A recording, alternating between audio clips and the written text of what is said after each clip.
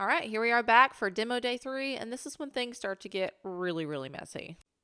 Now, you know things are starting to get serious when I put my hair up because that usually doesn't happen a lot. You'll also know it's serious when I'm getting my respirator out. I don't typically wear that unless I'm cutting a lot of wood, but there's a lot of mold in this camper. I'm also putting my glasses on right here just to be on the safe side, and definitely gonna need some gloves. I will say this is the first camper that I've torn out that I haven't found it infested with ants, which I was really, really surprised about that.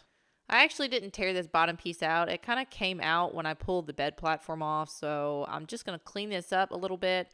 As you can see, I got some lights on both sides, and I'll just clip those wires and, just feed those back through the wall once I rebuild all of this.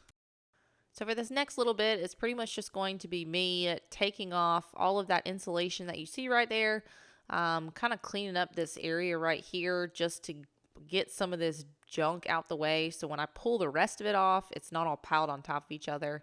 Go ahead and get yourself some of these contractor bags. You can thank me later. I use a lot of these and they work really well for just throwing everything in there so it doesn't pile up.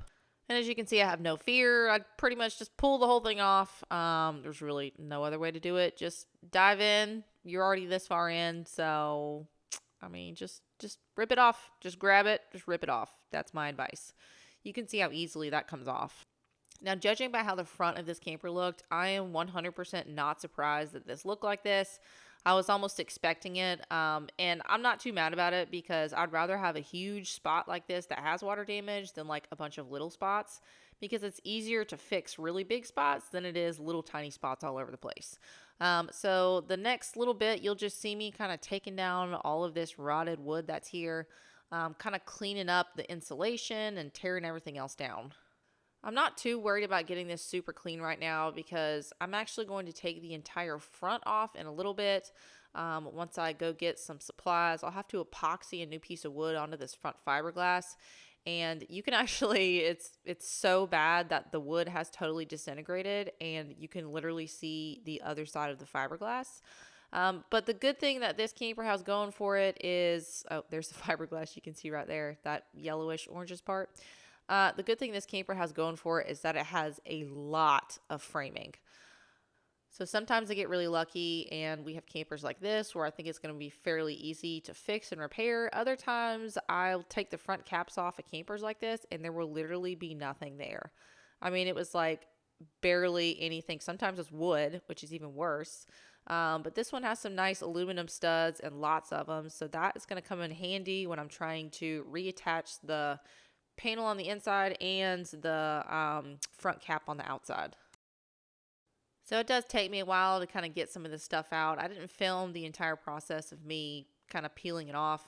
And again, I'm not too worried about it because that front cap's going to come off anyway. And when I put in new paneling, I'll probably put the new paneling on first and then add the insulation from the outside and then put that new cap on. There's lots of different ways to do it, but I'm still kind of thinking of a better way to do it than the time I did last time, and I kind of have some ideas in my head, so we'll see how that actually works out. All right, now that I have this giant trash pile, I'm going to take some of this and put it in a trash bag. I like to work one section at a time because if you start tearing everything up all at once, you'll basically just end up with a giant trash mess. And I don't know about you guys, but I feel like sometimes I can get overwhelmed, especially if there's a lot of water damage.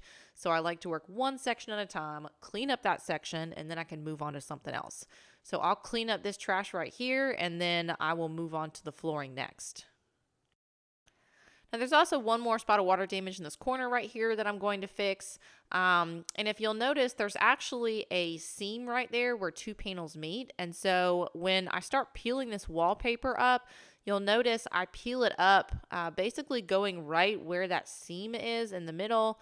That way I can just replace that one section as a full panel the way the manufacturer had designed it to.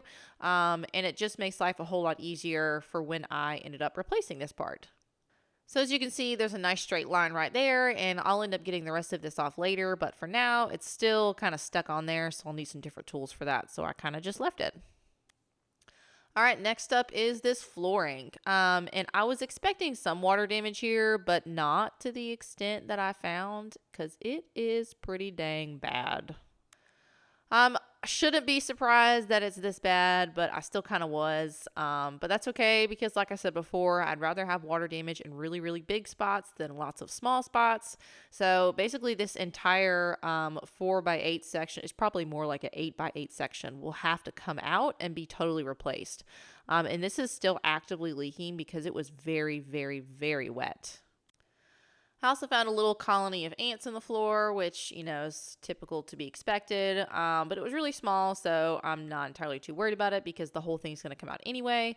In case you don't know, ants love rotting wood, and so 90% of the time there's going to be rotten ants somewhere if you have water damage. Now I'm going to try to take this piece out in the biggest chunk possible, and you see I'll step on it and kind of crush it down. That way when I take it outside, it'll fit in one of those contractor bags and I can take it to the dump.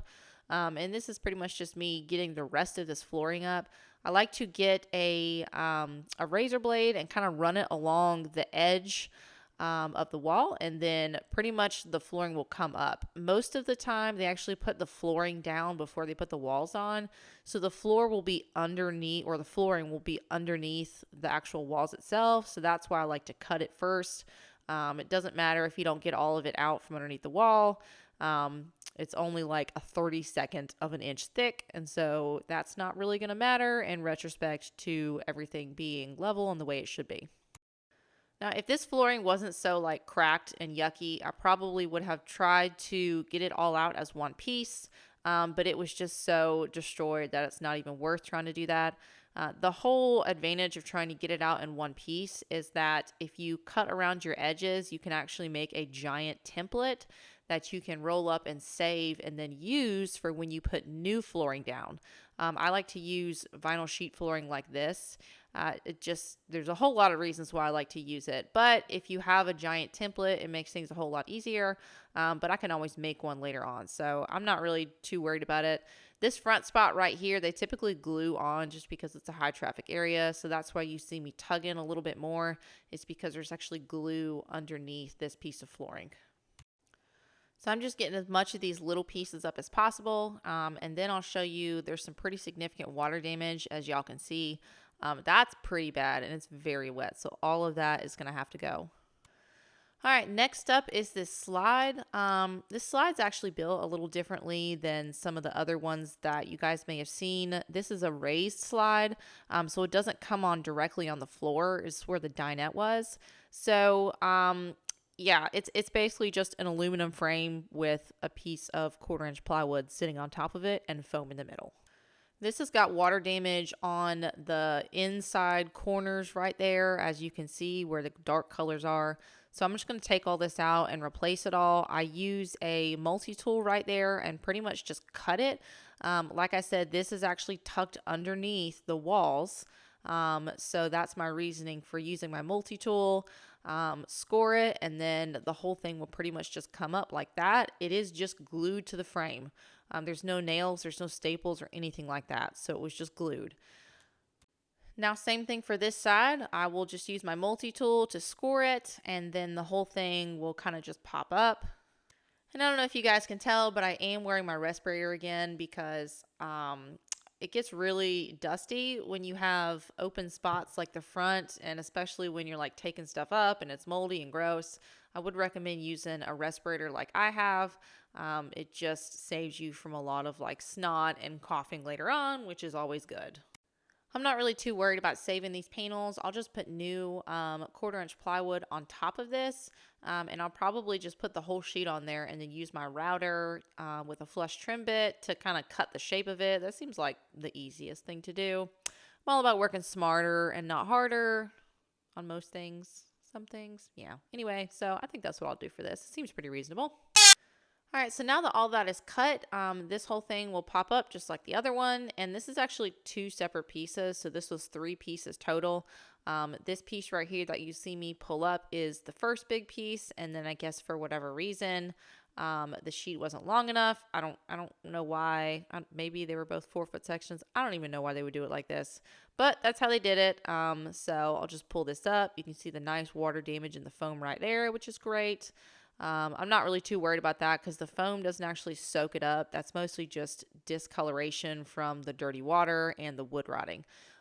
So as long as I don't think that's wet, which I haven't actually felt it, but as long as it's not wet and gross, I'll probably just leave the foam and then stick a new piece of wood right on top of it.